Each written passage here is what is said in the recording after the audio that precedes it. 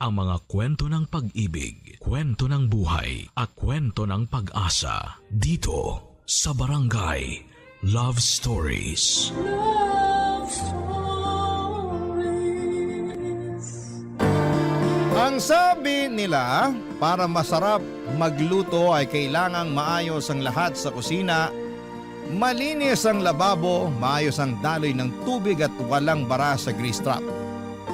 Kasi kapag may bara, may masamang maaamoy at minsan ay hindi lang sa tubo nagkakabara, pati sa buhay, sa konsensya at sa puso. Ikaw kabarangay, naranasan mo na ba ang ganitong klase ng mga pagsubok? Ano ang karanasan mo sa kusina ang hindi mo makakalimutan? Dear Papa Dudut, magandang tanghali po sa inyo at sa mga kabarangay natin. Tawagin niyo na lamang po ako sa pangalang Rowena. Isa po ako sa mga libu-libong nakikinig sa programa ninyo sa araw-araw. Matagal ko na pong gustong sumulat pero ngayon lang talaga ako nagkaroon ng lakas ng loob. Kasi Papa Dudut, wala na akong ibang mapagsabihan. Ang puso ko'y parang punong-puno na. At baka sa pagsulat ko dito kahit papaano'y gumaan ang bigat ng dinadala ko. Gusto ko lang pong ibahagi ang kwento ng buhay ko, isang kwentong nagsimula sa isang pangarap. Isang simpleng pangarap na para sa iba'y ordinaryo lamang. Pero para sa amin parang napakahirap abutin. Ako po ay isang simpleng may bahay at asawa ng isang OFW na nagtatrabaho sa Middle East. Matagal na pong nagtitiis. Malayo sa pamilya ang asawa kong si Julius. Nagtatrabaho siya sa ilalim ng araw at alikabok para lamang maitaguyod ang buhay namin. Engineer po siya doon at tuwing 2 taon lamang po siya umuwi ng Pilipinas. Pero nang tumama ang pandemic, lalong humaba ang aming pagkakahiwalay. Umabot ang halos 3 taon bago ko siya muling nakita at nayakap. Buti na lamang at may video call na. Kahit papaano'y nakabawas yon ng lungkot. Araw-araw kaming nag-uusap at pinag-uusapan namin ang mga plano sa buhay, ang pagbili ng bahay, ang pagkakaroon ng anak at ang pagtanda namin ng magkasama. At sa awa ng Diyos, kahit maraming nawala ng trabaho noong pandemic ay nanatili ang trabaho ni Julius. Sinugal niya ang kaligtasan niya para lamang magpatuloy sa pagkayod sa buhay. Kaya nang makauwi siya noong June ng 2021, parang bumalik ang sigla ko. Mas naging espesyal ang kanyang pag-uwi dahil may naipundar na kaming munting apartment. Hindi man ito magarbo, pero tahimik ang paligid. Maliwalas ang sala at may maliit na kusina kung saan ay nangarap akong matutong mag-bake. Pero dahil sa protocols noon ay hindi ko kaagad nakasama si Julius. Kailangan pa rin niyang mag-quarantine. Ilang araw lang yon pero pakiramdam ko'y taong muli ang binilang ko. Sa unang araw na muli ko siyang nayakap ay hindi ko na siya binitawan pa. Para kung batang ayaw ng pakawala ng laruan niya. Sa bagong bahay namin, sabay naming tinupad ang mga pangarap namin. Doon ko naramdaman na eto na siguro ang simula ng tunay naming buhay. Sobrang pasalamat ko, Papa Dudut, na si Julius ang naging asawa ko. Masipag siya at responsable. Damang-dama ko ang pagmamahal sa mga kilos niya. At tuwing nasa Pilipinas siya, talaga pong naglilib ako sa trabaho ko para lamang makasama siya at syempre para subukan ulit. Baka sakaling mabuo na ang matagal na naming hinihintay na anak. At sana'y makapag-bake rin ako ng cookies para sa magiging anak naming dalawa, Papa Dudut.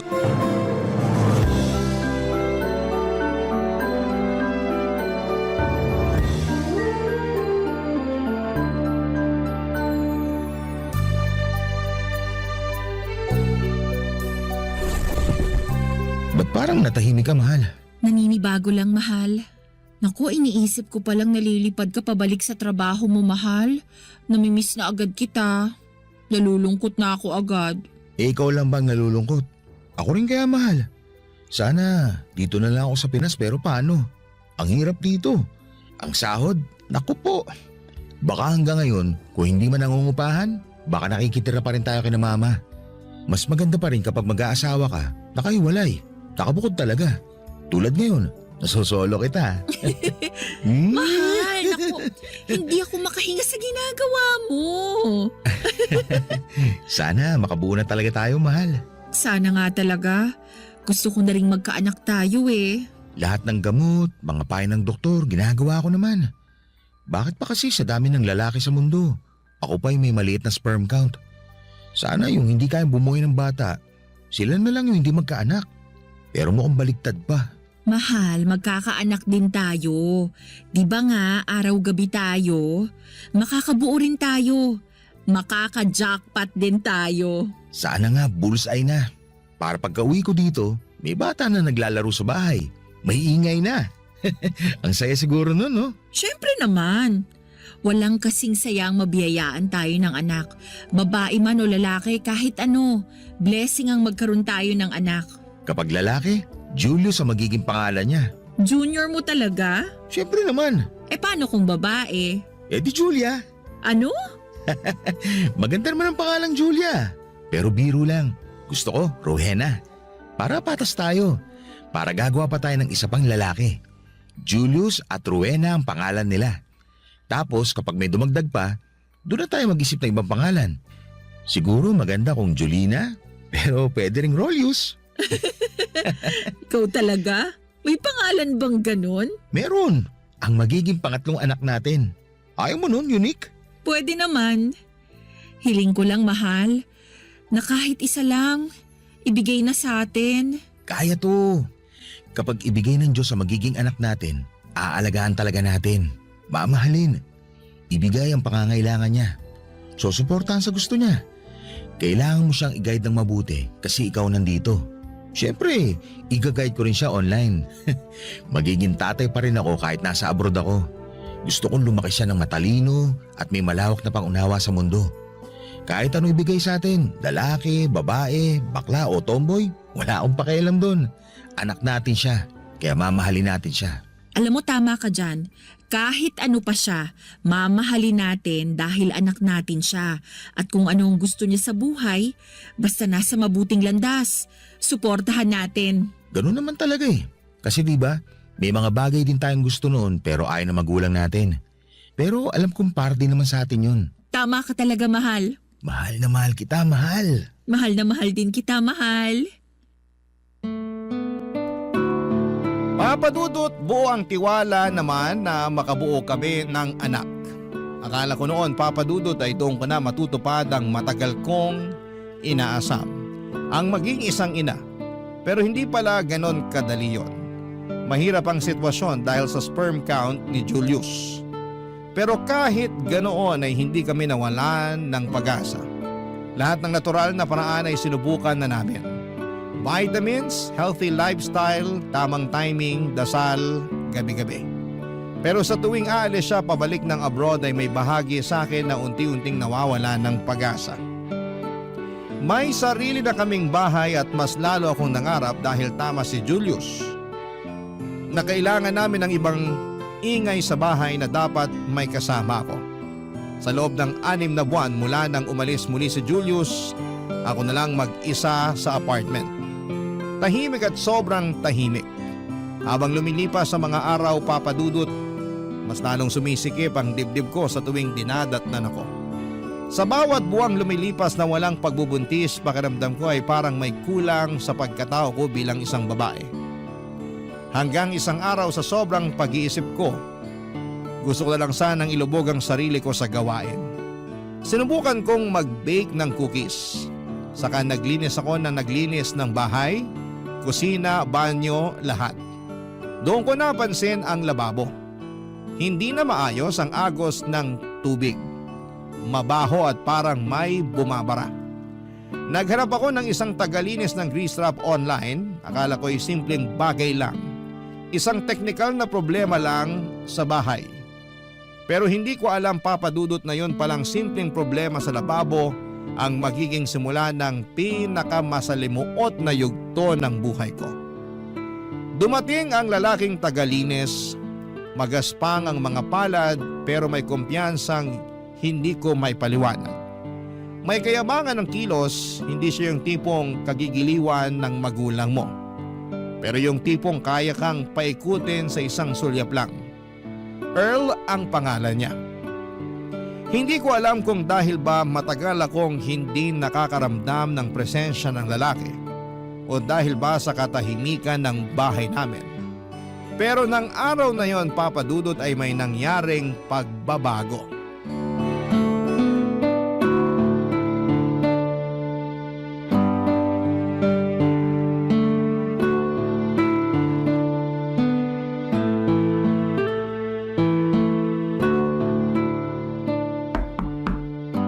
Wait lang po. Magandang hapon po, ma'am. Pasensya na, medyo natagalan ako. Meron pa kasing nauna. Okay lang po, pumasok na po kayo, sir. Nako, nakakahiya naman po. Earl na lang po itawag niyo sa akin, ma'am. Kagabi pa kasi bumara yan. Mabuti nahanap niyo ako sa social media. Naghanap talaga ako. Ikaw ang unang nag-reply. Sana maayos mo. Nako, ma'am. Hindi talaga kayo nagkamali na ako nakuha niyo. Alam po ninyo, ma'am, marami akong kayang gawin. Yang aircon niyo, pwede ko rin linisin yan. Para masarap ang buga, mas malamig. Tipong kailangan niyo ng kayakap sa lamig. Matagal na ako naglilinis ng grease trap, kaya mamaya nito, di nababara to. Okay, salamat po. Nagtatrabaho kasi ako sa isang restaurant, ma'am. Kaya alam na alam ko paano linisin to. Tsaka nag-training din talaga ako. Okay pala. Aba, syempre. Kailangan talagang pag-aralan to kasi ako, gusto ko talaga masiguro na tamang ginagawa ko. Hindi pwedeng mali. Hindi pwedeng masayang ang binabayad na nagpapalinis sa akin. Hindi po ba? Tama naman. Bubuksan ko na tong baba ng lababo, ma'am. Para masimulan ko nang makita kung gaano kabara ang grease trap. Sabi niyo sa chat na umaapaw, mabaho ang amoy? Oo, barado na talaga. Tama po ba 600 yung singil? Tama po. Pero kapag may mga gumagalaw na. Anong gumagalaw? Mga uod po, ma'am. Naku, kadiri naman, ayoko makita. Dyan lang kayo, ma'am. Hindi ko ipapakita sa inyo. Nakahanda naman tong paglalagyan ko. Naku, may mga uod nga, ma'am. Talaga ba? Madami. So magkano ang ibabayad ko? 800 po. Kayang-kaya nyo naman bayaran, ma'am. Mayaman naman kayo. Ganda nga ng bahay nyo eh. Sige, ayusin nyo na. Nako, mali yung nag-install ng grease trap nyo, ma'am. Dapat nakapatong itong pansala ng mga tira-tirang kanin. Ganun ba? Opo, pero maayos ko to mamaya. Aayusin ko po, Ma'am Rowena. O sige, para makapaghugas at makapagluto ako ng maayos. Madali lang naman to. Sa restaurant nga, sobrang lalaki ng mga grease trap na nililinis ko. Alam nyo, ma'am, kapag nagtatrabaho ka sa isang restaurant, kasama na talaga doon ang paglilinis ng grease trap. Chinecheck yan. Bawal barado kaya dapat buksan, kalkalin ang loob. Para maganda ang daloy ng tubig mula sa gripo. Hindi babara. Kaya dapat araw-arawin. Masipag ka pala. Kailangan po yan. Habang bata, dapat buhos ang lakas. Alam nyo, ma'am, bata pa lang ako. Banat na ako sa trabaho. Nag-construction din ako hanggang ngayon. Sideline para kumita ng pera. Sanay ako sa kahit anong trabaho. Kaya kita nyo naman sa katawan ko. Libre gym ang trabaho ko. Lilinisan ko lang to. Pwede po sa CR ko linisan to? Sige. Handa po ako. May dala akong sabon para malinis ko talaga. Magbabayad na lang po kayo mamaya. Salamat, Earl. Salamat din po sa inyo, ma'am. Teka, kayo lang ba nakatira dito? Mukhang walang ibang tao. Oo, nasa abroad kasi ang asawa ko. Anak niyo, ma'am, nasa school? Hindi pa kasi kami binibiyayaan ng asawa ko. Sana pag uwi niya makabuo. Kaya pala mukha pa rin kayong dalaga, ma'am. Kasi hindi pa kayo nagkakaanak. Pero sana magkaanak din kayo ng asawa niyo. Sana nga. Salamat. Walang anuman po. Sorry, ma'am, ah. Hayaan niyo akong sabihin to sa inyo. Unang kita ko po kasi sa inyo kanina. Para po kayong anghel. Ang ganda niyo po. Swerte ng asawa niyo sa inyo. Naku, ako ang maswerte sa asawa ko.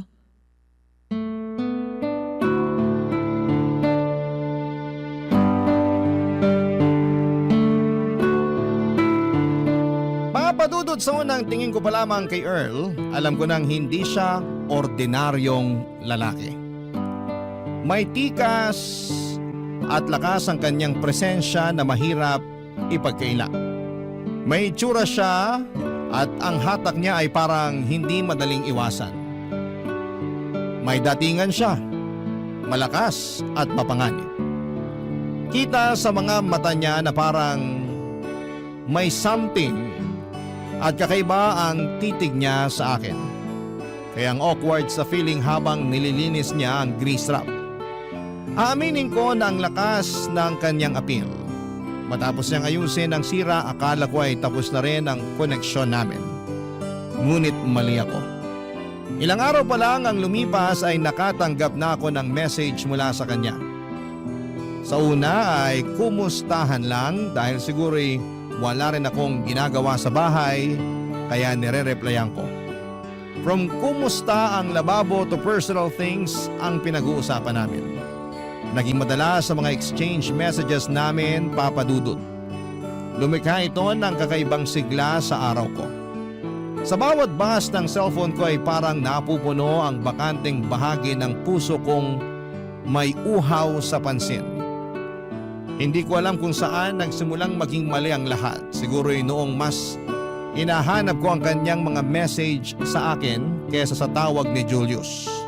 Siguro noong mas inabangan ko ang mga notification mula sa kanya kaysa sa update sa remittance. Hanggang sa hindi na lang kami nagkukumustahan, may mga pagkakataong nagyayaya siyang bisitahin ako sa bahay. Sa simula ay tumatanggi ako, Papa Dudut. Pero dumating din ang araw na napagod na akong tumanggi. Isang araw ay pumunta siya sa bahay hindi para maglinis ng grease trap, kundi para maging isang bisita lang. At mula roon ay parang tuluyan ng may nabasag sa akin. Isang selyo na matagal ko ng pilit na pinoprotektahan. Unti-unti akong pinasok ng tukso. At doon na nagsimula ang kasalanang hindi ko na naiwasan. Barangay Love Stories. Barangay Love Stories. Papa Dudut, nagsimula ang kwento ko sa isang pangarap. Pero nauwi sa pagkakamaling hindi ko na maibabalik kailanman. Gaya ng marami, ang pangarap lang namin ay simple. Magkaroon ng sariling bahay at mabuo ang isang masayang pamilya. Kaya nang makabili kami ng apartment, akala ko'y simula na yon ng mas masaya naming bukas. Pero hindi pala sapat ang bahay para matawag na isang tahanan. Dumating ang katahimikan habang wala si Julius, unti-unting lumamig ang mga gabi. Ang mga dingding na sana'y pupuno ng halakhak ng aming anak ay nanatiling tahimik. Doon ko unang naramdaman ng lungkot na hindi ko maipaliwanag, isang uri ng pangungulila na hindi kayang sagutin ng video call o pera mula sa remittance. Doon pumasok sa buhay ko itong si Earl. Hindi lang siya basta tagalinis ng tubo. Sa kanyang mga tingin at kilos may hatak siyang mahirap na iwasan. Pawisan pero hindi dugyot. May angas pero hindi bastos. Mas lalo siyang naging kaakit-akit habang tinititigan ko siya. Kahit na may pawis siya ay mabango ang kanyang amoy. At sa isang babaeng katulad kong nauuhaw sa atensyon at haplos ay naging mahirap na huwag pansinin ng kakaibang karisma niya. Hindi ko na napigilan ng sarili ko, ang dating pangarap kong tahanan ay naging pugad ng kasalanan. Ginawa naming motel ang bahay na sana'y magiging pugad ng munting pamilya. At bawat gabi ng paglimos ko ng oras mula kay Earl, alam kong may binibitawan akong pangarap. Pero sa mga sandaling yon ay pinili kong ipikit ang mga mata ko, Papa Dudut.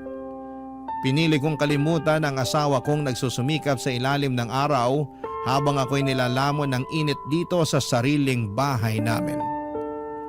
Habang wala ang asawa ko'y inaangkin naman ang katawang ko ni Earl. Sa kanyang mga bisig ako nagpakulong. Sa kanyang yakap at init ay pinili kong magkaroon ng kasalanan at magtaksil, Papa Dudut.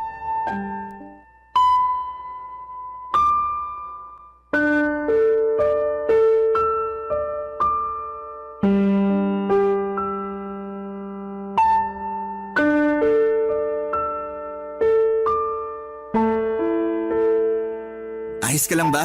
Siguro. Ilang beses na natin ginagawa to, ganyan ka pa rin. Mukhang hindi sanay. Alam mo naman ang dahilan.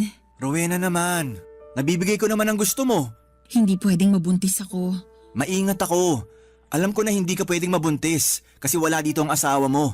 Lagot ka kapag nangyari yun. Nandito ako para pasayahin ka, hindi para maging problema mo. Masaya ka naman sa akin, di ba? Oo, masaya akong kasama kita at napapaligaya mo ko, Earl. Yun naman pala eh. Ginagalingan ko nga para mas lalo kang matuwa sa experience mo sa akin. Tsaka alam mo naman, bata pa ako. Malakas. Halatang bata. Kapag wala kang client, dito agad ang punta mo. Aba syempre naman, parang grease trap lang yan. Kailangan araw-araw chinecheck para malinis. Walang bara kapag ginagamit ang gripo. Diretso ang tubig, hindi ba?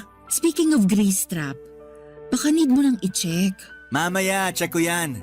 Pero sa ngayon, yayakapin muna kita hanggang sa magsawa ako sa'yo. Earl, seryoso ko. Sa susunod, kailangan na nating gumamit ng proteksyon. Baka magkamali ka, baka makabuo tayo. Oo na, huwag ka na mag-alala. Para sa ikapapanatag ng loob mo, gagamit na ako. Salamat. Ayoko mag-alala ka. Alam mo, Rowena, natanong ko na to sa'yo dati pero alam ko naman ang sagot. Nandito lang ako hindi para ibigin mo, kundi gamitin. Pero hindi ako nagrereklamo. Wala naman tayong commitment sa isa't isa, kaya gagawin ko yung gusto mo. Kakayanin ko para wala tayong problema. Yun nga lang kapag dumating ang asawa mo, 1 buwan kitang hindi mayayakap. Mamimiss kita. Kapag bumalik na siya sa abroad, magagawa rin naman ulit natin yung ganito. Kung single ka lang, ikaw talaga ang gusto ko makasama forever. Ewan ko sa'yo, Matapos mo makuha ang katawan ko, ganyan ka na? sira ka talaga. Kapag ganyan, ipapakilala mo ko sa parents mo at kamag-anak. Siyempre naman. Pero dahil may asawa ko, sinisikreto mo pa rin sa akin kung saan ang bahay nyo. Huwag mo nang alamin. Pumupunta naman ako dito. Baka may tinatago ka sa akin, ha? Rowena naman. Baka saan na naman mapunta tong usapan na to. Wala akong tinatago. Kinukwento ko naman sa'yo lahat eh. Tsaka sa kanila ako may tinatago. Itong relasyon natin, ayoko malaman ng parents ko. Binata ako tapos nakikipagrelasyon ako sa babaeng may asawa. Kaya wag na.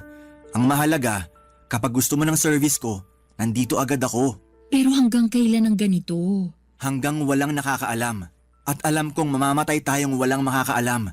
Maingat naman tayo eh. Promise ko sa'yo nandito lang ako. At kapag kapiling mo ko, wala kang ibang iisipin kundi kaligayahan. Papadudot madalas ang pagkikita namin.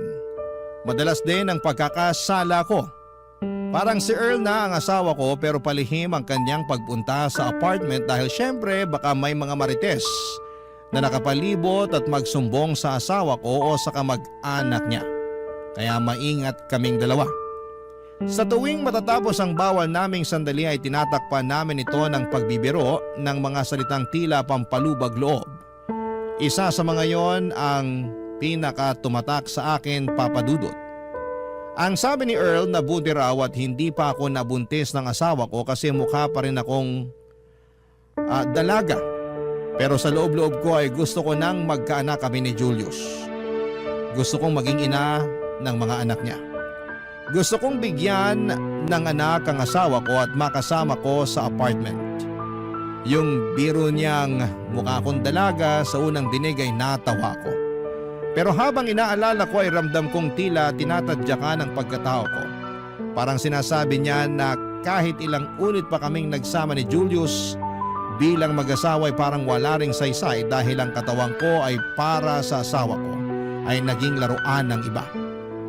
Pero gusto kong tigilan na ang relasyon namin pero parang may tumutulak pa rin sa akin na ipagpatuloy ito.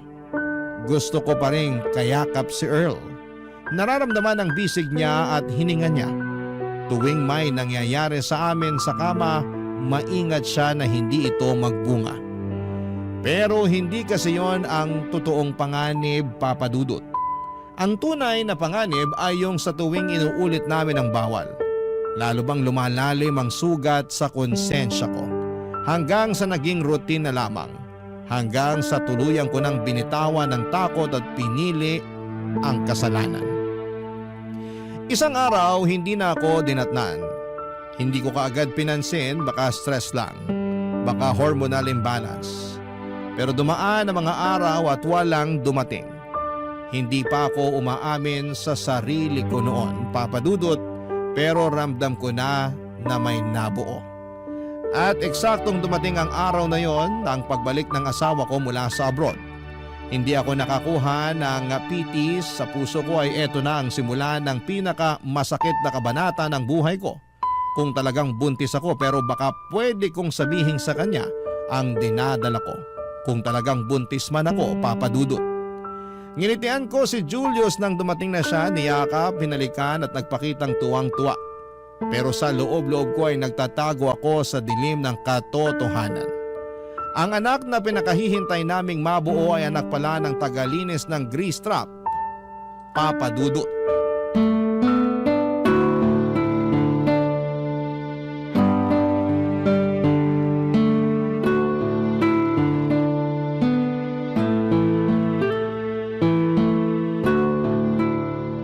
Mahal, hindi ka ba nababanguhan sa amoy ng niluluto ko? Napapansin ko, parati ka na lang natutulala simula nang umuwi ako rito. May problema ka ba, mahal? Wala naman. Napagod lang siguro ako, mahal. Siguro napagod ka kasi. Nga pala, mahal, may binili akong vitamins para sa'yo. Pasensya ka na, mahal. Alam mo namang nananabig talaga ako sa'yo. Ginising pa kita kaninang madaling araw para gawin yun. Pero malay natin, makabuo na tayo. Kaya tama lang na halos buong magdamag kang pinagod ng malakas mong mister, hindi ba? Sana nga makabuo na tayo, mahal. Pahinga ka lang dyan, mahal ha. Malapit na tumaluto. Masarap tong sabaw. Magkakalakas ka na yan mamaya. Salamat, mahal. Ako dapat ang naghahanda para sa iyo eh. Magpahinga ka lang. Aalagaan ko ang nanay na magiging anak ko. Alam mo, sobrang saya ko siguro kung magiging tatay na talaga ako. Tapos dito na ako sa Pinas.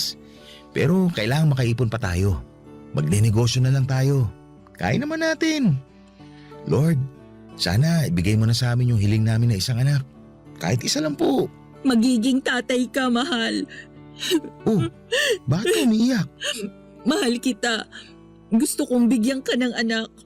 Sana. Bibigay sa atin ni Lord June. Ramdam ko, mahal. Ito na yung hinihintay natin. Tiwala lang. Nagtitiwala naman ako. Dapat tumawa ka. Huwag ka nang umiyak. Basta, kakain ka ng niluto kong sabaw ha? O dito ka lang, maghuhugas muna ako para konti na lang yung hugasan ko mamaya. Dapat ako na, mahal. Minsan ka na nga lang umuwi dito, ikaw pa ang gumagawa niyan. Ako dapat ang nagsisilbi sa'yo. Umaandar na naman yung mentality mong ganyan. Dito sa bahay natin, patas tayo. Nagkataon lang na lalaki ako. Pero hindi ibig sabihin na kung babae ka, ikaw nang gumagawa ng gawaing bahay. Saka, namiss ko rin yung ganito. Dati ako naman talaga nagluluto sa bahay namin. Naman akong hilig ni tatay sa pagluluto. Kaya kapag may anak na tayo, ipapasa ko sa kanya mga recipe ko. Yun kung gusto lang naman niya. Kung ayaw niya, nasa kanya yun kung anong gusto niya. Baka naman niya ang pagiging mabait at mapagkakatiwala ang may bahay ko. Okay ka lang ba? Uminom ka kaya muna ng tubig. Sorry na talaga, mahal. Mamaya, yayakap na lang ako. Hindi na kita papagurin. Sa susunod na gabi na para makapagpahinga ka rin. Mahal, salamat sa pagmamahal. Salamat din at sobrang loyal mo sa akin, mahal. Kasi alam mo, yung ibang misis dyan na kapag iniwan ng mister dito sa Pinas, ayun, naghahanap ng ibang lalaki. Marami akong naririnig at nababasa ng mga ganyang storya. Ang lala, no? Hindi man lang makatiis. Hindi man lang inaalala na nagkakadaogaga sa trabaho mister nila sa ibang bansa. Tapos nanghangaliwa pa sila. Ibang klase. Dapat ang mga ganyan, hinihiwalayan talaga. Di ba, mahal? Mahal? Oo, dapat lang. Pero ikaw, tiyak na hindi kita hihiwalayan. Kasi alam kong ako lang sa buhay mo. At kami lang dalawa na magiging baby natin ang mamahalin mo forever. Oo, mahal. Forever. Steady ka lang dyan. Paglilingkuran kita ngayong araw. Uy, malakas ang pressure ng tubig ah. Parang gustong kumawala ng tubig. Dapat pala pahinaan ng pressure.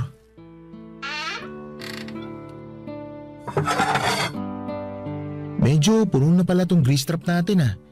Kailangan na natin magtawag ng tagalinis nito para pag alis ko, wala ka ng problema. Ikaw na ba maghahanap mamaya, mahal? Oo, hahanap ako ng tagalinis. Mabuti nang malinis to kaysa magkaaberya pa to kapag wala na ako. Mas dapat kitang bantayan. Baka kung sino-sino lang papasok dito at iba na pala ang sadya. Maraming manloloko ngayon, no?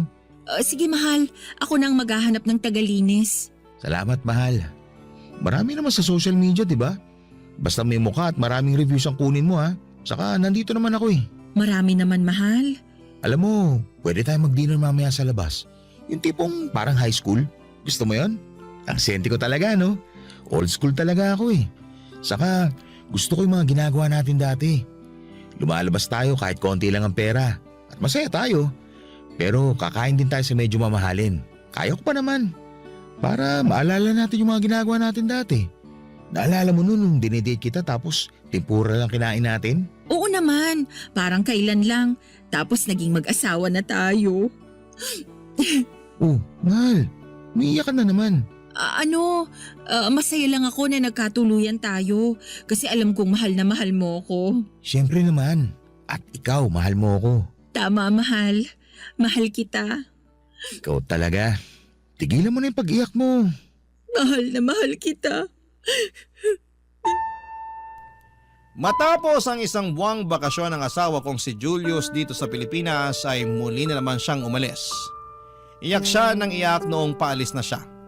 Parang ramdam niyang may mabigat.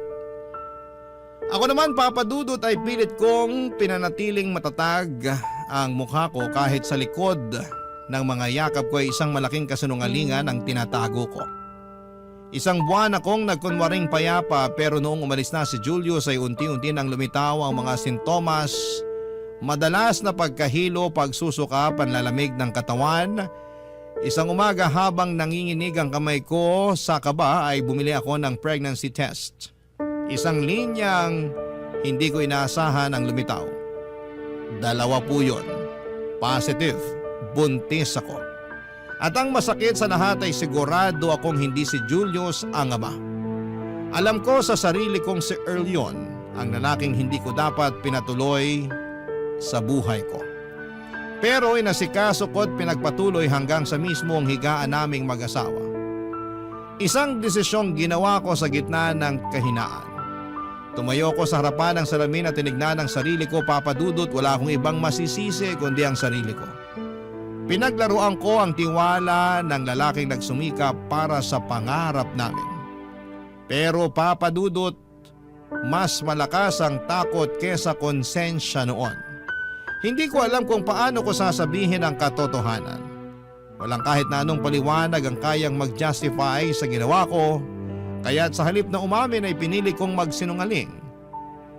Pero hanggang kailan ko kayang itago ang lahat ng ito? Papa Dudut. Barangay Love Stories. Barangay Love Stories. Papa Dudut, tinawagan ko si Julius. Ibinahagi ko sa kanyang balita na buntis ako. Ramdam ko sa boses niya ang saya, ang pag-asa at pananabik. Paulit-ulit niyang sinasabi dati pa na sana raw yung nangyari sa amin bago siya umalis ay maging jackpot na. Para kapag bumalik siya ay may sasalubong na sa kanyang isang munting anghel. Hindi niya alam na hindi ang pagmamahal niya bumuo sa batang dinadala ko. Hindi niya alam na ang pinapangarap naming bunga ay nagmula sa kasalanan. Isa itong bunga ng pagkakamali, isang batang walang kamalay-malay na sa simula pa lang ay nilibing ko na sa kasinungalingan ang buong pagkatao niya. Sa bawat tibok ng puso ko ay kasabay ang pagdududa at takot. At dumating na ang araw ng panganganak ko.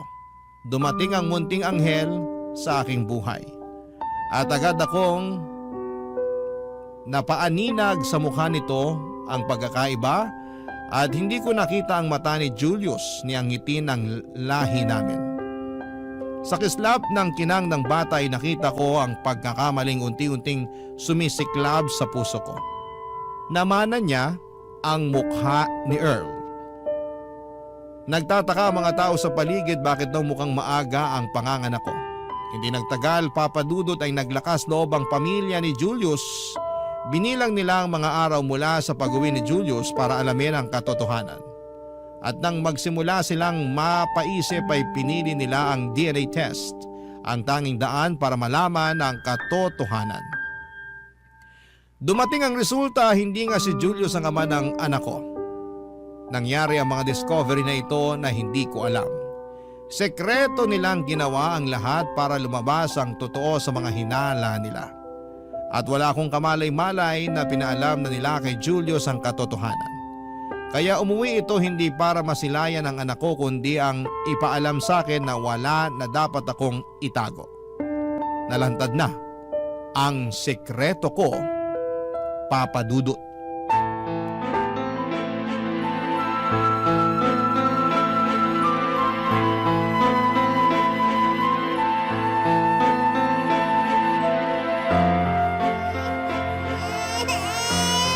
Baby, tahan na. Sandali. Sino ba to? Ang mas lalong di tatahan ng anak ko ng dahil dito eh. Sandali, nandyan na. Mahal? Dumating ka na pala. Bakit hindi mo sinabi? Siya ba? Oo. Ang baby natin. Ang junior mo. Rowena, pwede bang umayos ka? Alam ko na. Anong alam mo? Ano bang nangyayari? Mahal? Tignan mo tong papel na dala ko. Nakakabasa ka naman, hindi ba? Mahal? DNA? Pinapaternity test ng magulang ko ang batang yan. Sabi sa resulta, hindi ko siya anak. Ngayon, Rowena, sabihin mo sa akin, sino ka man ng batang yan? Ikaw ang ama ni Junior. Sinungaling! Mahal! Ba't mo ginawa sa akin to? Bakit? Anak, tahan na. Tahan na, anak. Ibig sabihin pala nung umuwi ako, may laman na pala yung tiyan mo. Binilang namin. Nabuo ang bata bago pa man ako umuwi nun. Habang sumisiping ka sa akin, ibang lalaki na iniisip mo. Baka ito sana ang gusto mo mangyari. Gusto mo sana na paniwalain ako na ako ang tatay na magiging anak mo sa pagtataksil. Siyempre alam mo na nun, nabuntis ka na, hindi ba? Hindi. Anak mo si Junior, mahal. Anak mo siya. Pwede ba tigilan mo na yung kasinungalingan mo? Hindi nagsisinungaling ang siyensya. Sabi sa resulta ng DNA, iba ang ama ng bata. Sino? Kanino ka nagpakamot nung wala ako? Kanino? Akala ko mapagkakatiwalaan kita. Akala ko mahal mo ako pero ginawa mo akong tanga. Binigay ko naman sa'yo lahat. Lahat, Rowena. Nagtrabaho ako sa ibang bansa para may maipadala sa'yo. Para meron tayong magandang buhay. Kailangan ko magtrabaho para sa kinabukasan natin. Tapos babaliwalain mo lang lahat yon. Mahal. Tigilan mo ako sa kakamahal mo. Dahil hindi mo ako mahal. Makasarili ka. Maharot ka. Malandi ka. Hindi ka makatiis. Nakakahiya ka, Rowena. Nakakahiya ka. Sorry. Ano? Aamin ka na ba sa kasalanan mo? O paninindigan mo talaga ang kasinungalingan mo? Sorry, nagkamali ako. Alam mo, kung hindi lang nagduda ang mga magulang ko, sigurado hanggang ngayon, pinagtatawanan niyo pa rin ako ng lalaki mo. Kasi syempre naisahan niyo ako eh. Ang saya sana, no? Pero hindi. Hindi na ngayon. Simula ngayon, wala nang tayo. Nawala na yung babaeng minahal ko. Yung babaeng pinakasalan ko. Yung babaeng pinagkakatiwalaan ko. Wala na. Kaya magbalot-balot ka na. Lumayas ka na rito. Julius naman, paano kami na bata? Ang kapal ng mukha mo para tanungin ako niyan. Alam mo naman ang sagot. Puntahan niyo ang ama ng batang yan.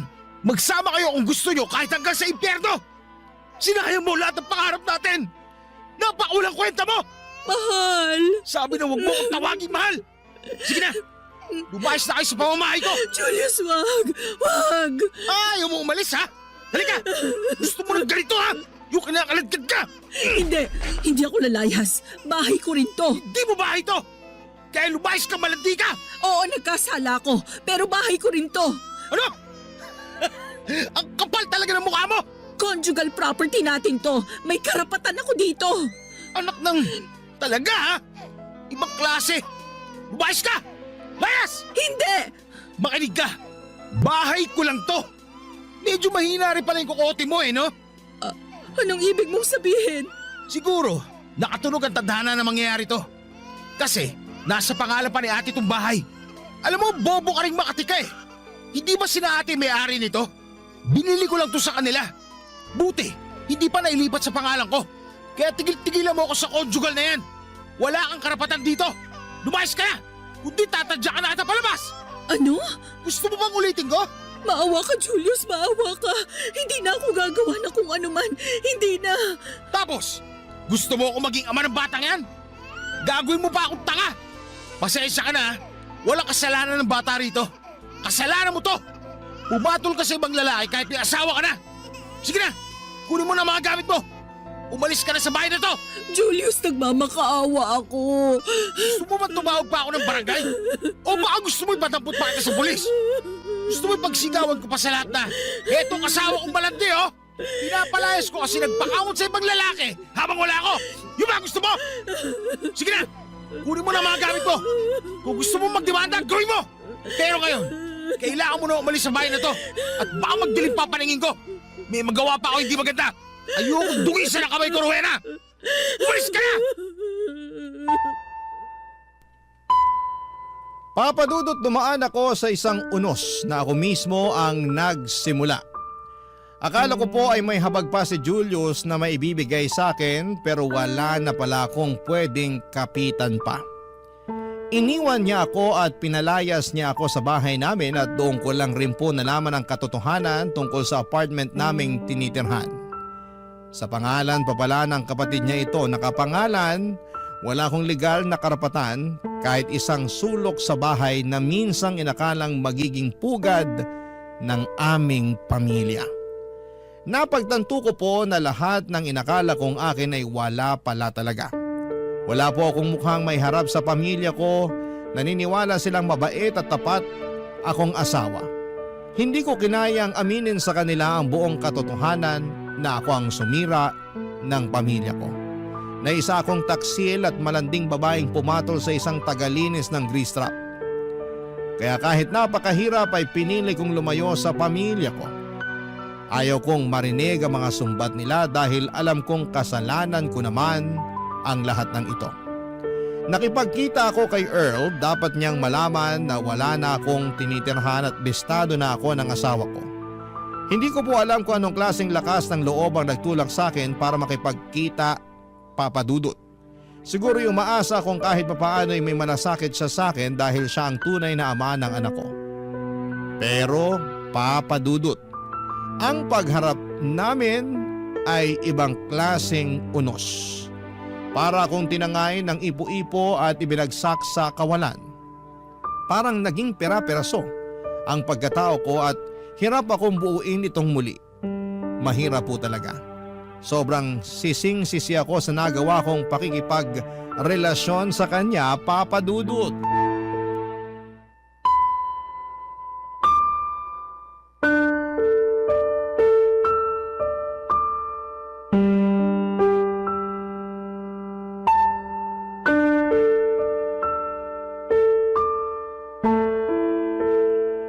Earl? Bakit ka pumunta dito? Sabi ko naman sa'yo na doon na lang tayo sa bahay nyo. Umalis na ba asawa mo? Bumalik na abroad? Teka, napuhin ka ba? Mailikabok nga rito. Sabi ko naman sa'yo na wag na dito. Kung hindi ko pa nakita ang post ng kaibigan mo, hindi kita mapupuntahan dito. Bakit ba? Anong sadya mo? Mamayang gabi, libre na ako. Pupuntahan kita. Pwede na naman, di ba? Ilang buwan ka na rin ng anak. Isang buong pamilya na kayo ng asawa mo. Hanip, nakabuo pa kayo. Earl, may sasabihin ako sa'yo. Ang seryoso mo naman. Ano yun? Ang anak ko, hindi anak ni Julius. Ano? Sabi mo. Anak mo siya. Ano? Pina-DNA test siya. Hindi siya anak ni Julius. Anak mo si Junior. Ibig sabihin, Alam na nila ang sikreto ko. Alam nilang may kalaguyo ako. Alam nilang pinagtataksilan ko si Julius. paano ka? Anong paano ko? Kaya ako nandito dahil gusto kong panagutan mo ko. Anong panagot ang sinasabi mo? Nahihibang ka ba, Rowena? Hindi ako nahihibang. Hiniwalayan na ako ng asawa ko.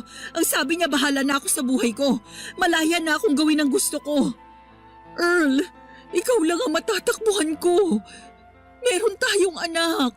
Magiging pamilya tayong tatlo. Rowena, hindi pwede ang sinasabi mo. Kahit anak ko pa yan, hindi tayo pwede magsama. Anong hindi pwede? Kasi hindi pwede. Tapos. Sige na, umalis ka na rito. Magtatrabaho pa ako. Kita mo naman oh, nakakahiyang makipagchismisan lang ako rito. Tsaka huwag kang gumawa ng iskandalo. Bakit ka ganyan? Dahil ba may iba ka na? Nagkaroon ka ng ibang babae habang buntis ako't hindi nagpapakita sa'yo? Para walang makahalata na may ibang lalaki sa buhay ko? Hindi ka nakatiis? Naghanap ka ng iba, ganun ba? Tigilan mo nga ako sa mga banat mong ganyan. Ikaw ang hindi nakatiis. Kaya nga pumatol ka sa akin, di ba? Ano? Sige na, umalis ka na. Hindi ako aalis, Earl. Kailangan kita. Kailangan ka ng anak mo. Wala na akong mababalikan. Wala na akong bahay. Maawa ka naman. Hindi mo ba ako mahal? Nakakainis ka na, tama na. Ibig sabihin, ginamit mo lang ako. Ginamit mo ang kahinaan ko para makuha ang gusto mo. Rowena, alam natin sa simula na hindi seryosong relasyong meron tayo. Ang importante, masaya ka kapag ginagawa natin yun. Napunan ko ang pagkukulang ng asawa mo. Pero wala akong balak na maging asawa mo. Kasi, Sige, ituloy mo. Kasi ano? may asawa na ako at pamilya. Ano? Walang hiya ka! Aba, Napakasama mo! Binaboy mo lang ako! ginusto mo ang lahat, Rowena. Ginusto mo lahat. Hindi kita pinilit.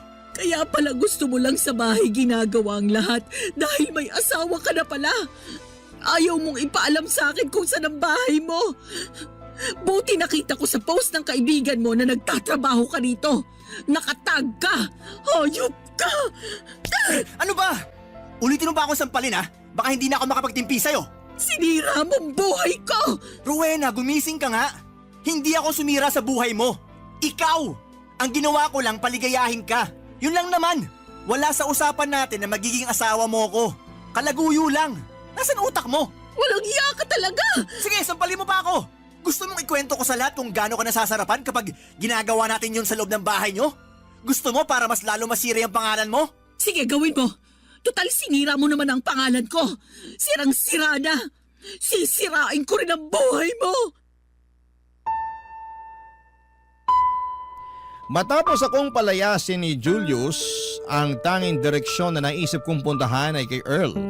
Pero sobrang sakit pala nang malaman kong hindi rin kami pwedeng magsama ni Earl dahil may asawa at anak na rin siya. Para kong iniwan ang lahat. Parang pinagsakluban ako ng langit at lupa. Pakiramdam ko noon ay parang binuhusan ako ng malamig na tubig at parang gumuhit ang bawat salitang yon sa puso ko. Hindi ako makapaniwala, Papa Dudut. Paanong ganito kadaling magsalita si Earl samantalang ako ay araw-araw na pinapasan ng bigat ng kasalanan yon. Iniwan niya ako bitbit ang anak naming walang kamalay-malay at higit sa lahat ay itinulak niya akong mag-isa sa kahihiyan at kawalan. Mula noon ay para akong multong gumagala, wala akong permanenteng tirahan at walang makausap at higit sa lahat ay wala akong kapatawaran. Kahit mula sa sarili ko. Araw-araw ay hawak ko ang anak kong inosente at hindi ko maiwasang mapaluha dahil ang bawat ngiti niya, ang bawat paghimig niya ng mama ay paalala na siya ay bunga ng isang pagkakamali. Hindi ko po siya sinisisi, Papa Dudut, ang bata ay walang sala. Ako ang may kasalanan, ako ang gumawa ng desisyong yon. Madalas kapag mag-isa ako sa sulok ng inuupahang maliit na kwarto ay napapatingin ako sa kisame at napapabulong na sana'y hindi na lamang nagbara ang grease trap. Isang simpleng problema sa lababo ang naging simula ng lahat ng ito. Isang tawag sa isang hindi kilalang lalaki, isang tukso na hindi ko pinikilan. At ngayon, isang buhay na punong-puno ng pagsisisi.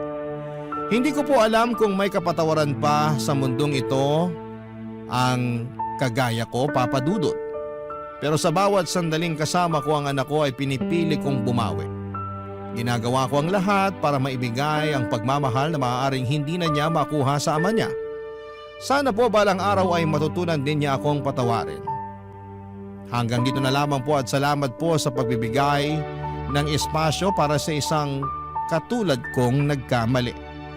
Sana po sa pagbabahagi ko nito ay may matauhan, may umiwas, may mailigtas pa mula sa pagkakasalang tulad ng sa akin.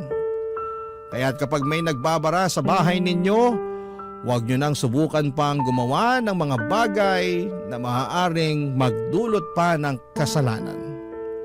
Ang inyong forever kapuso at kabarangay, Rowena. Anong say mo sa Barangay Love Stories na ito? Pagkwentuhan natin sa comment section yan. Ang mga kwento ng pag-ibig, kwento ng buhay at kwento ng pag-asa dito sa Barangay Love Stories. Love Stories.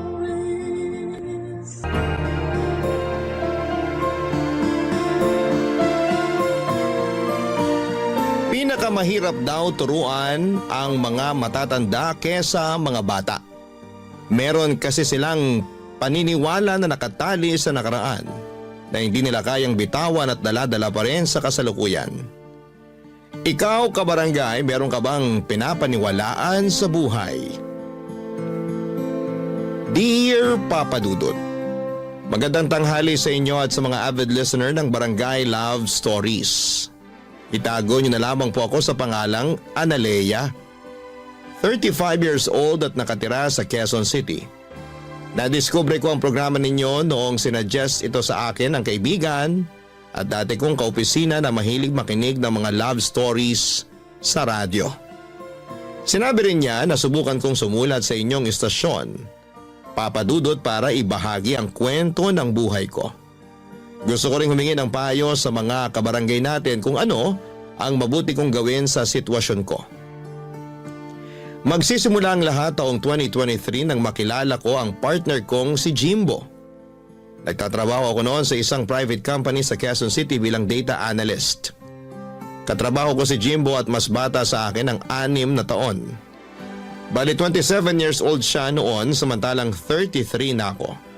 That time may 6 na buwan na akong hiwalay sa long-time boyfriend at live-in partner ko for 10 years dahil sa cheating issue niya. Wala kaming anak, bagay na pinanghihinayanganan ko. Lalo nang tumanda na ako. Gustong gusto ko nang magka-baby at tiwala naman ako na kahit nawala na ang dati kong partner sa buhay ko ay may tataguyod ko pa rin mag-isa ang aming anak. Kaso hindi kami nakabuo dahil may problema siya. Tapos nung nakilala ko si Jimbo na bagong pasok sa amin bilang messenger ay naging close kami kaagad. Kahit na mas mataas ang posisyon ko sa kanya sa trabaho at mas matanda ako ay hindi yun naging hadlang upang ma-develop ang feelings namin sa isa't isa. Fast forward. Naging kami at makalipas lang ng 2 linggo ay kapwa kami na sorpresa.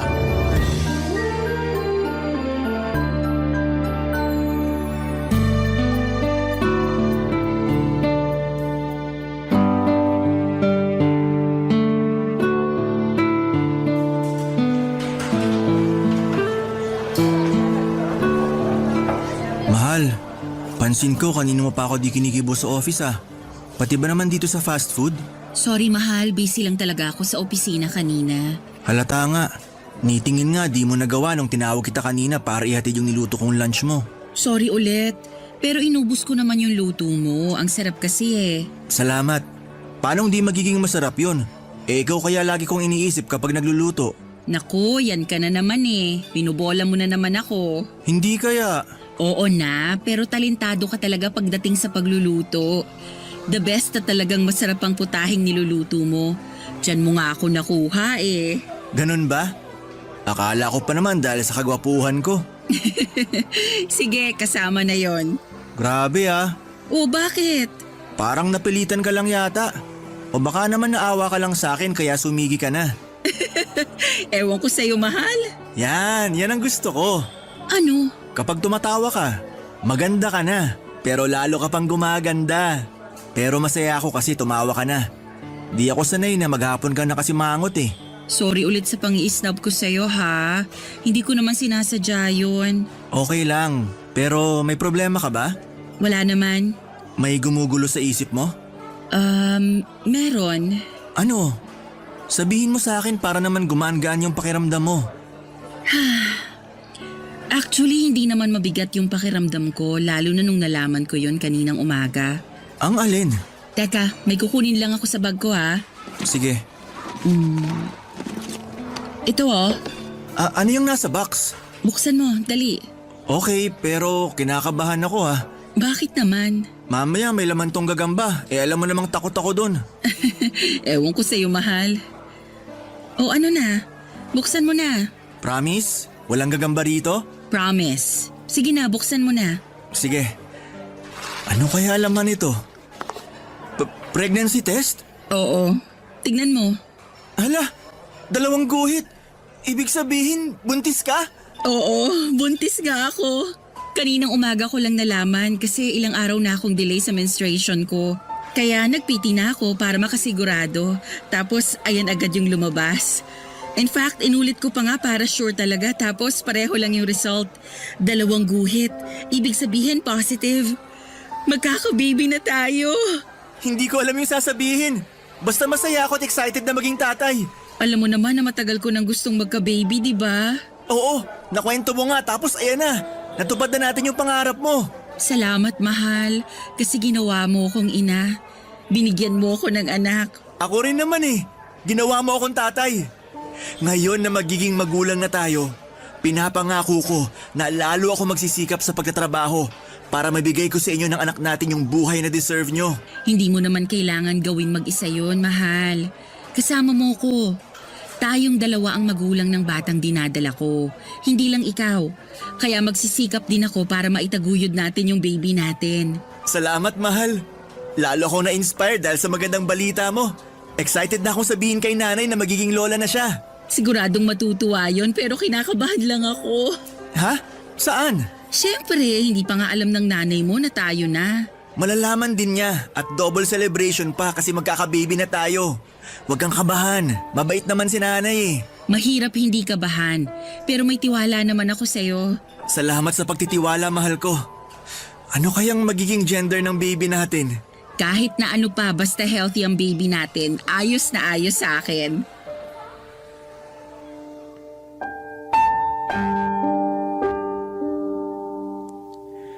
Papadudot tuwang-tuwa kami ni Jimbo dahil magkakaanak na kami. Ang tagal kong hinintay na magka-baby kaya ganoon na lamang ang excitement na nararamdaman ko ng panahong yon. Sa wakas ay mararanasan ko ng maging nanay. Alam ko naman na makakaya kong itaguyod mag-isa ang magiging anak namin. Pero maswerte pa rin ako na nagkaroon ako ng partner sa katauhan ni Jimbo. Kahit na mas bata siya sa akin, hindi ko minamaliit ang kakayahan at magagawa ng boyfriend ko. Nagtiwala ako sa kanya na madadala niya ng maayos ang aming pamilya, kaya minahal ko siya. Kung ilalarawan ko si Jimbo ay matangkad siya at malaki ang pangangatawan. Magalang din siya sa lahat ng mga katrabaho namin at palangiti. Pero sa akin lang talaga siya close at naglalaan ng extra time. Nakausapin ako kung may pagkakataon. Yun na pala ang simula ng love story namin at hindi nagtagal ay inamin niya na nagugustuhan na niya ako. Kahit na walang katiyakan kung maibabalik ko raw ba ang nararamdaman niya dahil sa malayong pagitan ng edad namin. Pero wala naman sa akin yon, lalo at gusto ko na rin siya ng mga panahong yon. At nung nalaman kong buntis nga ako ay lalo kaming naging malapit sa isa't isa ng boyfriend ko.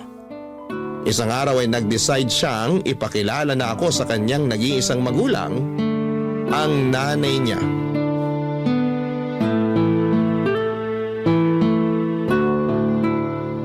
Ano? Akala ko, boss mo yung kasama mo, nak. Hindi mo naman ako agad sinabihan na girlfriend mo pala yung ipakikilala mo. Boss ko naman po talaga si Analea kasi mas mataas ang posisyon niya sa akin. Ay, ganun ba? Hindi naman po kami pareho ng department ni Jimbo. Bale, meron pa po siyang supervisor. Yun po talaga yung boss niya. Pero kung titignan, magkatrabaho lang din kami. Pero matagal ka na ba dyan sa opisina niyo, Analea? Matagal na rin po. Nagsimula po ako doon nung 23 years old ako. Ilang taon ka na ba ngayon? 33 na po. Ay, mas matanda ka pala sa anak ko ng 6 na taon. Kung hindi mo natatanong, 27 anyos pa lang tong anak ko. Pero yung kuya niya, kaedad mo, nak. Okay po. Pero kahit na mas matanda po sa akin si Analea, mahal po namin ang isa't isa. Hindi ko naman kayo paghihiwalayin. Tsaka 6 na taon lang naman yan. Yung iba nga, 10 pataas yung pagitan ng mga edad, wala namang problema. Tsaka nasa tamang edad na kayo, lalo ka na anak. Salamat po, Nay. Sabi sa'yo, mabait nanay ko eh. Oo nga. Grabe ka naman sa akin, Jimbo. Palagay mo sa akin katulad ng mga kontrabidang nanay na napapanood ko sa mga palabas sa TV. Hindi naman po. Tsaka alam ko po na mabait kayo kaya binida ko na po kayo kay Analea. Dapat lang kasi mabait naman talaga ako. Matanong ko lang kung gaano na ba kayo katagal simula nung maging kayo? Ang totoo, 2 linggo mahigit pa lang po.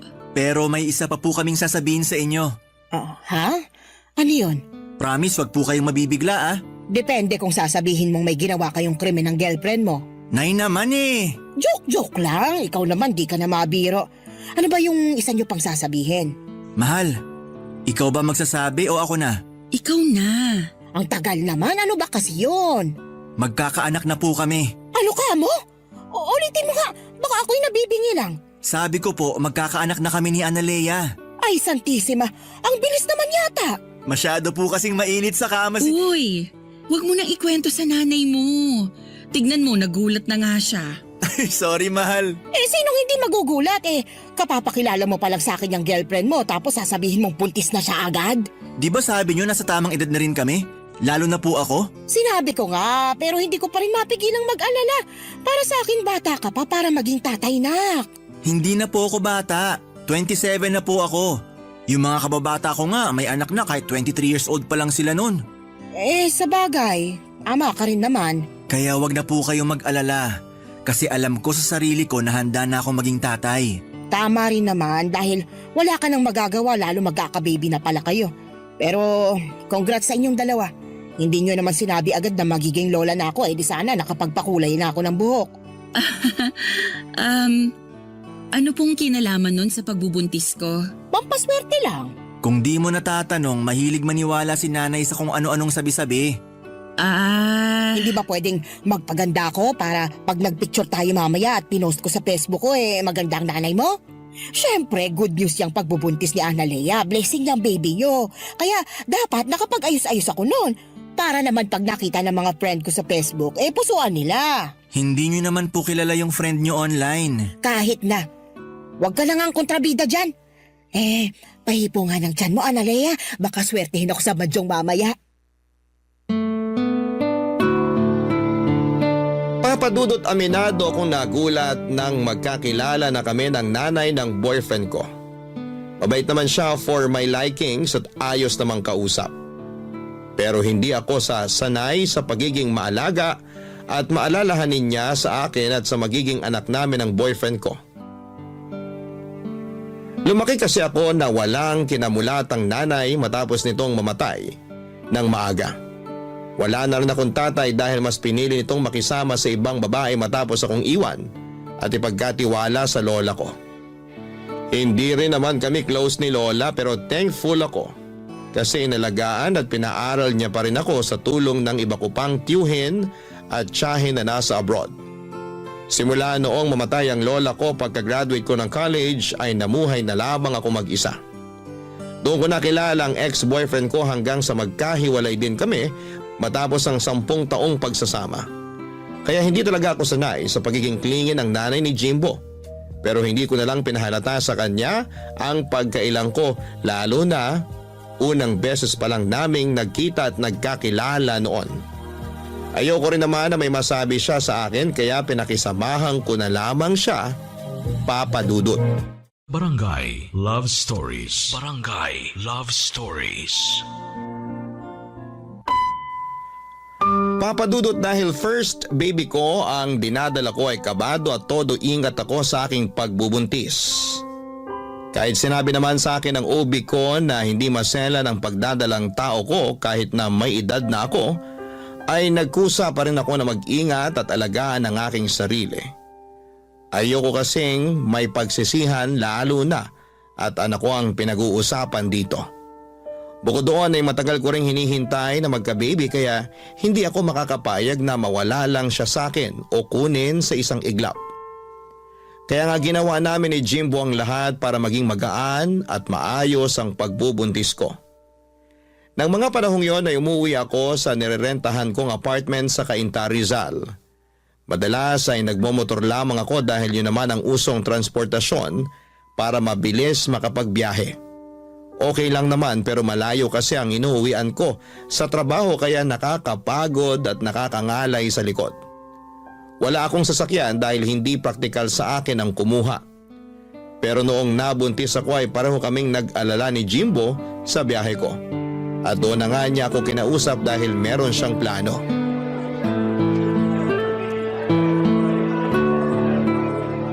May buntis na namang masaya kasi nakain ko na yung cravings kong cake. Salamat sa treat, mahal. Walang anuman. Cute mo? Sus, bulero. Cute ka naman talaga. Lalo ngayon na naglilihi ka. Ganito pala ang feeling ng naglilihi. Mahirap ba? Sakto lang. May mga araw na mahirap, meron namang okay lang. Carry, ganun. Pero kaninang umaga pagising ko, sabi ko sa sarili ko gusto ko kumain ng cake. Kaya lang ayoko naman ng mga nabibili lang sa mga kilalang cake shop. Ang hirap lang kasi hindi ko alam kung anong eksaktong cake yung gusto kong kainin. Maghapon yun. Buti na lang naisipan mo kong dalhin sa cafe na to. Tapos sakto, nakita ko nga yung cake na gusto kong kainin. Matagal na kitang gusto dalhin dito kasi mahilig ka sa kape, di ba? Oo. Okay lang daw ba sa buntis na magkape? Okay lang naman sabi ng ubi ko pero wag palagi. Hindi naman maselan pagbubuntis ko kaya nagpapasalamat ako sa Diyos. Siyempre, alam mo na, risky na talaga lalo pag mga gantong edad ng babae. Yun nga yung napag-usapan namin ni nanay kagabi, mahal. Ano yun? Na kahit di naman maselan yung pagbubuntis mo, mahirap pa rin na sumugal. Nag-iingat naman ako, mahal. Hindi mo kailangan mag-alala sa akin. Alam ko pero mahirap di mag-alala. Lalo na kapag bumabiyahe ka papunta at pauwi sa inyo. Grabe yung kaba ko kapag hindi kita nahahatid kasi may kailangan akong i-overtime. Di kayo mawala ng anak natin sa isip ko. Naiintindihan naman kita, pero matagal ko na rin namang ginagawa yung pagmumotor pa uwi. Simula pa nung nag-pandemic. Para sa akin, mas mabilis ang biyahe at mas praktikal kaysa jeep. Saka maliit pa naman tong tiyan ko, pwede pa akong umangkas sa motorsiklo. Kaya lang mahihirapan ka na pag lumaki na yung tiyan mo. Pwede naman akong mag-UV na lang. Hindi naman talaga problema yung biyahe. Yung inuuwian ko lang kasi sa Rizal pa yun, malayo-layo rin. Kaya nga naisip namin ni nanay na tumira ka na lang sa bahay. Ha? Tumira sa bahay nyo? Oo, para magkasama na tayo at lalo kitang mabantayan. Tsaka mas malapit yung bahay namin sa trabaho natin since pareho lang naman na nasa Quezon City. Sige na mahal, pumayag ka nang tumira sa bahay namin. Sigurado ka ba talagang ayos lang sa nanay mo? Kasi baka sanay siya na kayong dalawa lang sa bahay nyo simula nung bumukod yung mga kuya mo. Oo naman, siguradong sigurado. Tsaka si nanay pa nga ang nagsuggest nun eh. Gusto ka rin daw niyang makasama sa bahay at mabantayan yung pagbubuntis mo.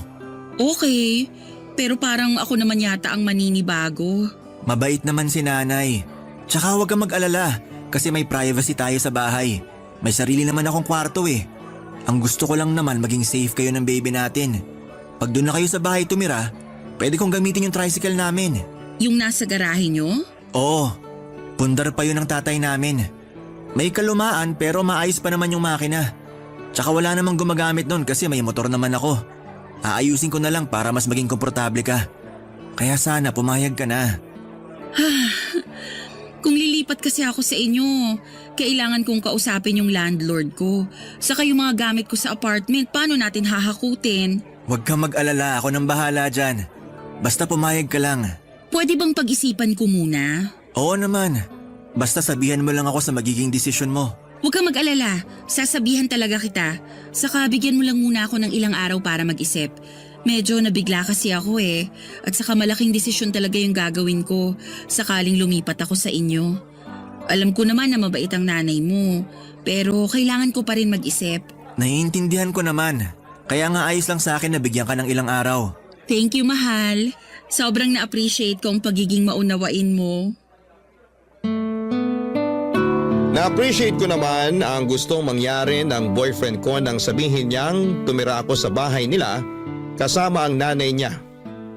Nasa Quezon City lang din kasi sila nakatira at hindi hamak na mas malapit kesa sa inuwian ko sa Cainta, Rizal. Pero alanganin pa rin ako noon dahil makakasama ko sa bahay nila si nanay. Hindi kasi ako sanay nang may kasama simula nang maghiwalay kami ng ex ko at alam yun ni Jimbo.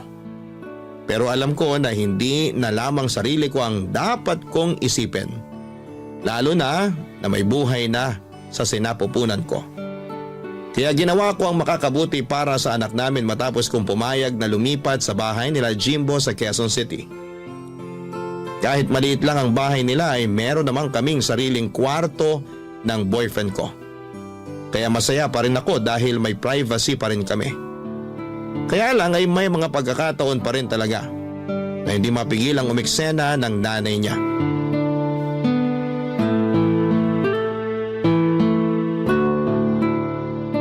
Grabe, Nay!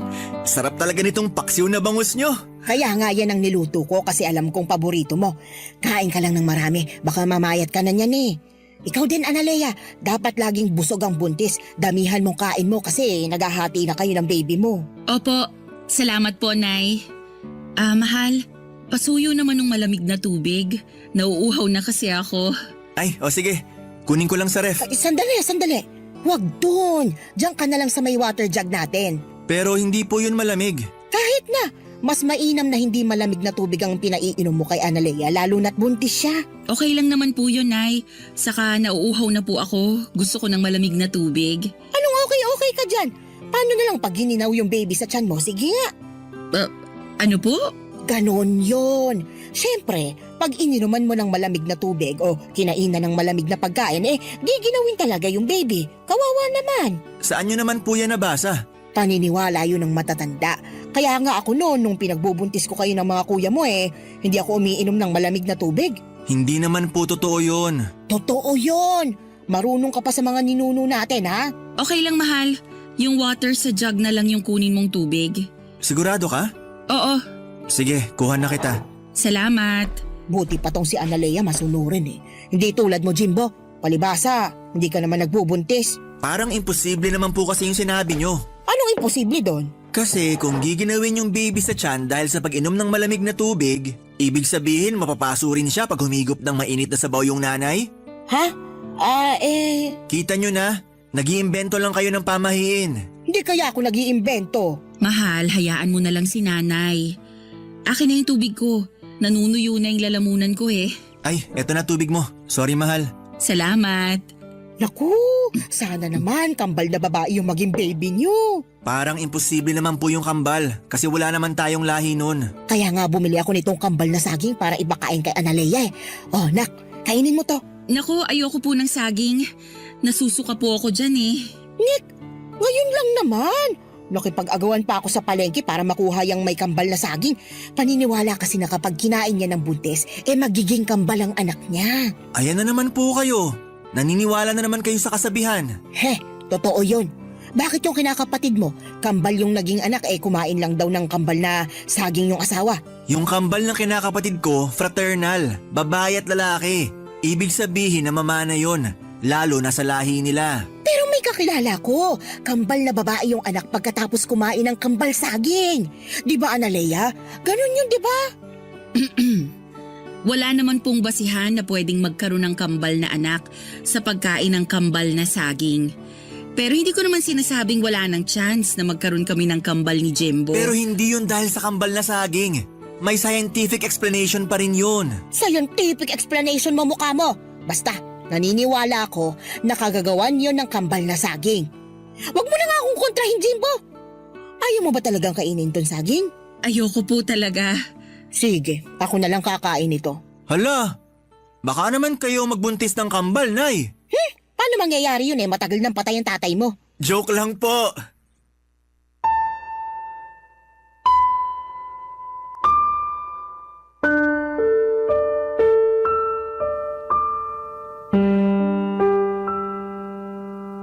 Papadudot nire-respeto ko ang nanay ng boyfriend ko dahil magulang niya yon. Pero may mga pagkakataon na hindi ko mapigilang mainis sa mga ginagawa at sinasabi niya sa akin at sa pagbubuntis ko. Marami siyang sinasabi na hindi ko maintindihan dahil hindi naman makatotohanan. Mapapaniwalain din kasi si nanay sa mga sabi-sabi at lagi niyang katuwiran pinagdaanan na niyang magbuntis at mga anak noon kaya dapat ay makinig ako sa kanya. Hindi ko naman binabaliwala mga payo niya sa akin. May iba naman kasi doon na useful pero ako mismo ay inaaral ko rin naman kung paano magbuntis ng tama at maging nanay. Kaya lang madalas ay baliwalain ni nanay ang mga effort ko at sinasabi niyang dapat mas pakinggan ko siya kasi papunta pa lang daw ako ay nakabalik na siya. Doon na ako nagsimulang magkaroon ng problema sa pagsasama namin sa isang bubong ng nanay ng boyfriend ko. Barangay Love Stories. Barangay Love Stories. Papadudot na sa 6 na buwan na ako noon sa pagbubuntis ko at nalaman na namin ang gender ng anak namin. Lalaki ang panganay namin kaya masayang masaya ako. Pero hindi ganon ang nararamdaman ng nanay ni Jimbo dahil gusto raw niya ng kambal na babae. Puro kasi lalaki ang mga anak niya kaya pinagdasal daw niya sa lahat ng santo na sana'y kambal na babae ang maging anak ko. Sinisisi niya rin ako kasi hindi ko raw kinain yung kambal na saging na pinakakain niya sa akin noon. Sa kabila ng lahat ay unti-unti na lang tinanggap ni nanay ang magiging apo niya. Pero ilang buwan din bago nangyari yon. Puro kasi siya parinig sa akin na hindi ko raw sinusunod ang mga sinasabi niya para maging kambal na babae ang anak ko. Sa pikon ko minsan ko na siyang sinagot na sa anak niya galing ang genes na nagbibigay ng gender sa babae. Siyempre hindi siya naniwala doon dahil ako naman daw ang nanay at may matres sa aming dalawa ni Jimbo. Hinayaan ko na lamang siya kung yon ang paniniwala niya dahil na-realize ko na mas mahirap turuan ang matatanda kaysa bata. Dumating ang kabuwanan ko at patuloy pa rin si nanay sa pang-iinis sa akin.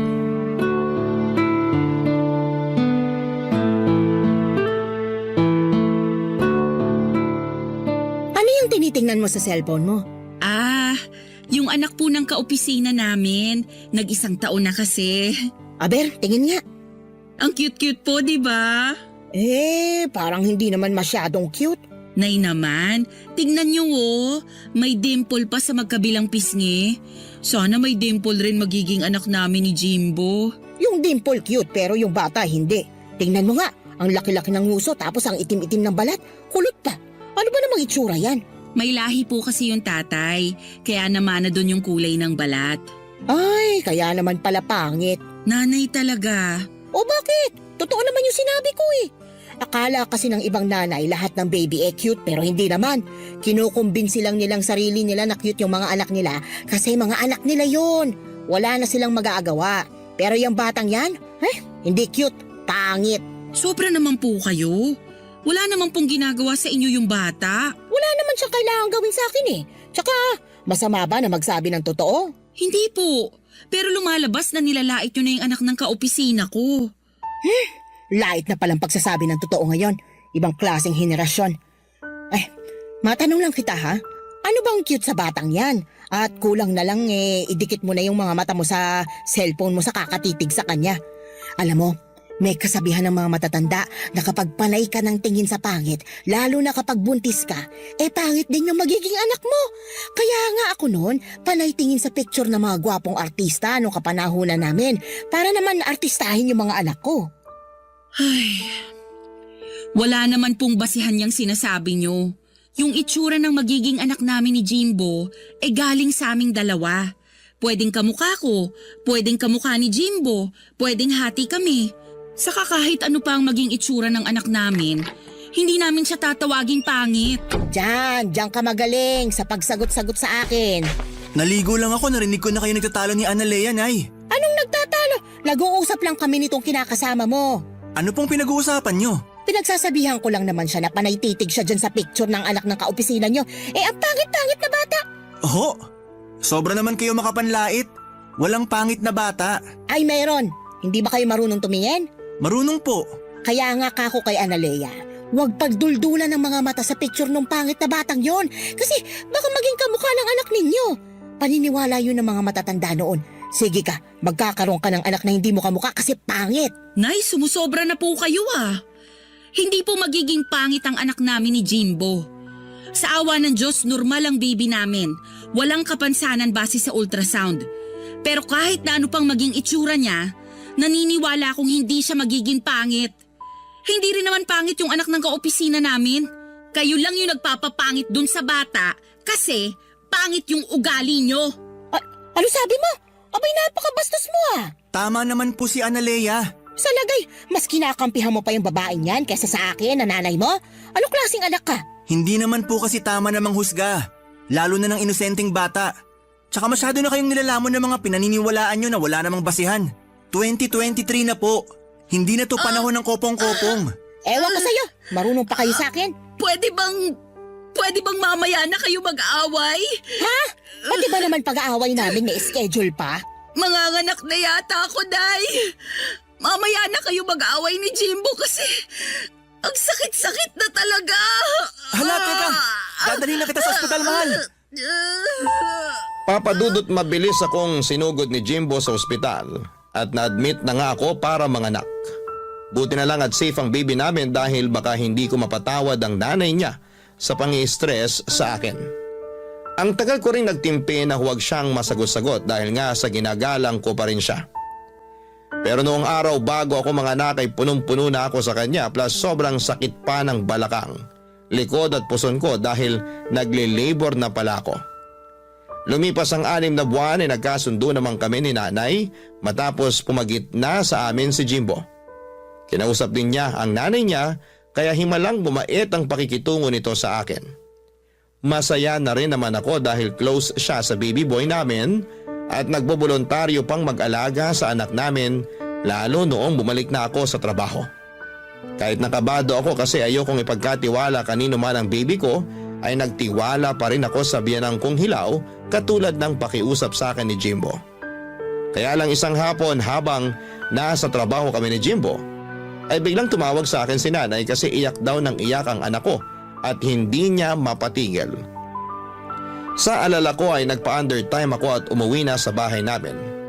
Naabutan ko ang iyak ng iyak ang anak ko at takot na takot ako kasi para siyang hindi makahinga. Agad kong dinala sa pedya ang bata at doon ko natuklasan na may tonsillitis siya. Naiyak na lamang ako nang malaman yon at agad na tinawagan si Jimbo para sunduin kami sa klinik. Pagkawi sa bahay ay kinompronta ko si nanay.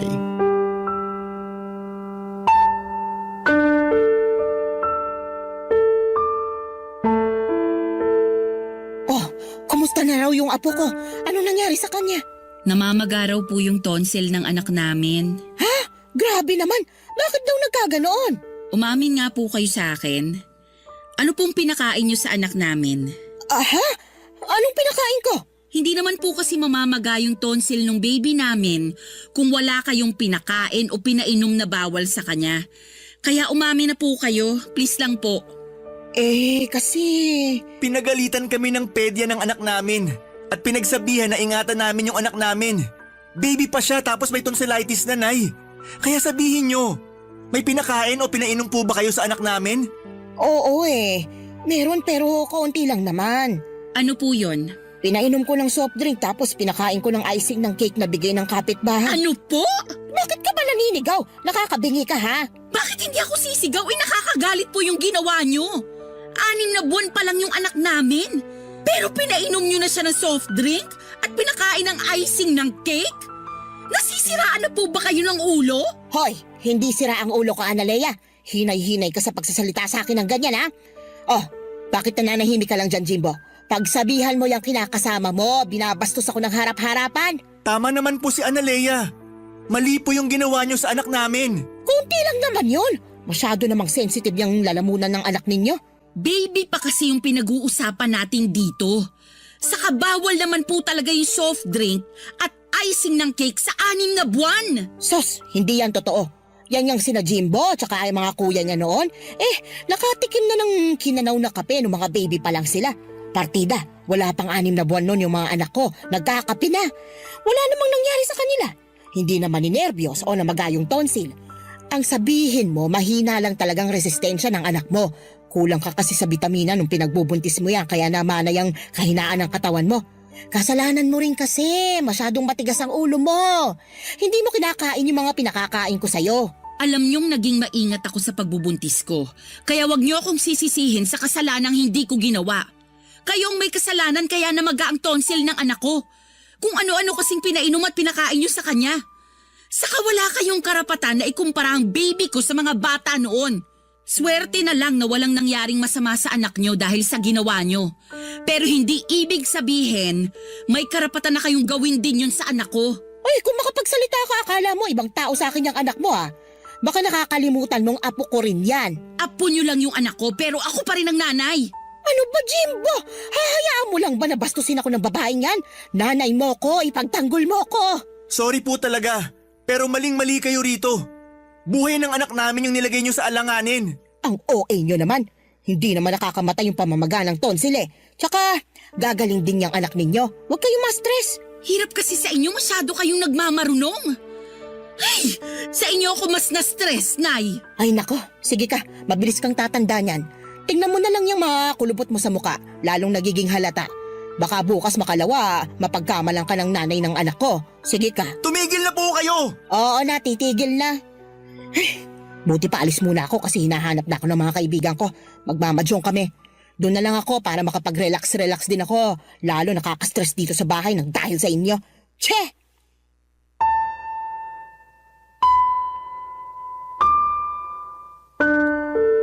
Papadudot pag-alis ng nanay ni Jimbo ay napahagulhol ako ng iyak.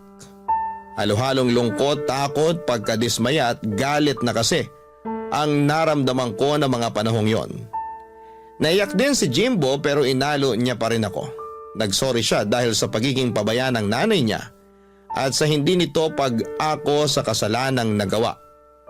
Pero hindi nabawasan noon ang galit ko kay nanay. Umakto lang na parang walang nangyari ang biyanang kong hilaw pero pinaramdam ko na wala akong tiwala sa kanya pagdating sa anak namin. Doon ko na naisipang mag-resign sa pinagtatrabahuhan ko upang mabantayan at maalagaan ang baby namin ni Jimbo. Pilit ko pa rin pinakikisamahan ng nanay ng kinakasama ko pero sa loob-loob ko ay gustong-gusto ko nang bumukod kami. Nung kinausap ko naman si Jimbo ay nag-alangan siyang iwanan ang nanay niya dahil mag-isa na lamang ito sa buhay at bahay nila. Bukod doon ay may maintenance na itong gamot sa high blood na lagi niyang pinapaalala. Kaya nga gano'n na lamang ang tampo ko kay Jimbo pero pilit ko pa rin namang tinimbang ang sitwasyon. Baka maging konsensya ko pa kung may mangyaring masama sa biyanang kong hilaw. Sana mapayuhan ako ng mga kabarangay natin, Papa Dudut. Aminado ako na may mga gabi na naiisip kong umalis na lamang kami ng anak ko sa poder ni na Jimbo at magpakalayo-layo. Pero mahal ko ang kinakasama ko kaya naguguluhan ako sa kung ano ang pwede kong gawin. Maraming salamat po sakaling mapili ninyong i-air ang istorya ng buhay ko. God bless sa Barangay Love Stories and more power sa inyong istasyon. Ang inyong forever kapuso at kabarangay, Analea. Barangay Love Stories. Barangay Love Stories. Anong say mo sa Barangay Love Stories na ito? Pagkwentuhan natin sa comment section yan. Nagustuhan ng iyong napakinggan? Ituloy yan via live stream sa www.gmanetwork.com/radio.